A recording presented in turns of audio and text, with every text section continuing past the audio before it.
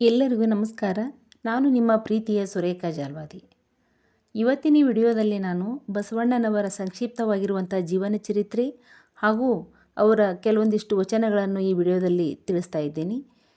ಈ ವಿಡಿಯೋ ನಿಮಗೆ ಇಷ್ಟವಾದಲ್ಲಿ ಲೈಕ್ ಮಾಡಿ, ಶೇರ್ ಮಾಡಿ ಹಾಗೂ ಸಬ್ಸ್ಕ್ರೈಬ್ ಮಾಡಿ.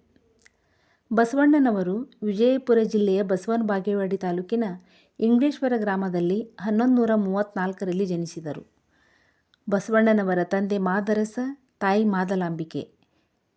ಬಸವಣ್ಣನವರು 12ನೇ ಶತಮಾನದ ಭಕ್ತಿ ಪಂಥದ ಪ್ರಮುಖರಲ್ಲಿ ಒಬ್ಬರು ಮತ್ತು ಶಿವಶರಣರಾದ ಅಲ್ಲಮಪ್ರಭು, ಅಕ್ಕಮಹಾದೇವಿ, ಚನ್ನಬಸವಣ್ಣ ಮೊದಲಾದ ನೂರಾರು ಶರಣರು ವಚನಗಳ ಮೂಲಕ ಭಕ್ತಿಪಥ ಮತ್ತು ಜೀವನದ ಬಗ್ಗೆ ಹೊಸ ದೃಷ್ಟಿ ಬೀರಿದರು. ಭಾರತದ ಧಾರ್ಮಿಕ ಮತ್ತು ಸಾಂಸ್ಕೃತಿಕ ಇತಿಹಾಸದಲ್ಲಿ ಬಸವಣ್ಣನವರು ಅನನ್ಯ ಸ್ಥಾನವನ್ನು ಹೊಂದಿದ್ದಾರೆ. ಅವರು 12ನೇ ಶತಮಾನದಲ್ಲಿ ಸಮಾಜದಲ್ಲಿ ತಾರತಮ್ಯ ಮತ್ತು ಅಸಮಾನತೆಯ ವಿರುದ್ಧ ಶ್ರದ್ಧಾಪೂರ್ವಕವಾದ ಚಳವಳಿಯನ್ನು ಹಮ್ಮಿಕೊಂಡ ಮಹಾನ್ ಕ್ರಾಂತಿಕಾರಿಯಾಗಿದ್ದರು. ಇವರು ಭಕ್ತಿ ಕಾಲದ ಪ್ರಮುಖ ವಚನಕಾರರಲ್ಲಿ ಒಬ್ಬರಾಗಿದ್ದರು. ಬಸವಣ್ಣನವರು ಶರಣ ಸಂಪ್ರದಾಯವನ್ನು ರೂಪಿಸಿದರು. ಶರಣರು ಭಗವಂತನಿಗೆ ನಿಷ್ಠೆಯಿಂದ ಸೇವೆ ಸಲ್ಲಿಸುವ ವ್ಯಕ್ತಿಗಳು.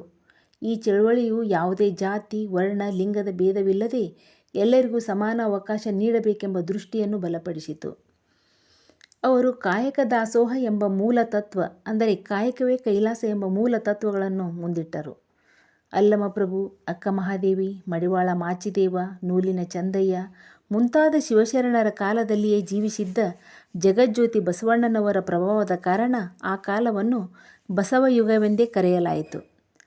ಕಲ್ಚೂರಿ ಅರಸ ಬಿಜ್ಜಳನ ಆಸ್ಥಾನದಲ್ಲಿ ಮಂತ್ರಿಯಾಗಿದ್ದರು ಮತ್ತು ಸಾಮಾಜಿಕ ಸುಧಾರಕರಾಗಿದ್ದರು. ತಮ್ಮ ವಚನಗಳ ಮೂಲಕ ಸಾಮಾಜಿಕ ಅರಿವು ಮೂಡಿಸಿದರು. ಲಿಂಗ ತಾರತಮ್ಯ, ಮೂಢನಂಬಿಕೆಗಳನ್ನು ನಿರಾಕರಿಸಿದರು. ಇಷ್ಟಲಿಂಗಹಾರವನ್ನು ಪರಿಚಯಿಸಿದರು. ತಮ್ಮ ಸಾಮ್ರಾಜ್ಯದ ಮುಖ್ಯಮಂತ್ರಿಯಾಗಿ ಅವರು ಅನುಭವ ಮಂಟಪವನ್ನು ಸ್ಥಾಪಿಸಿದರು. ಇವರ ವಚನಗಳ ಅಂಕಿತನಾಮ ಕೂಡಲ ಸಂಗಮ ದೇವ ಎಂದಾಗಿದೆ. ಬಸವಣ್ಣನವರು 62 ವರ್ಷಗಳ ಕಾಲ ಜೀವಿಸಿ ಕೂಡಲ ಸಂಗಮದಲ್ಲಿ 1196ರಲ್ಲಿ ಐಕ್ಯರಾದರು.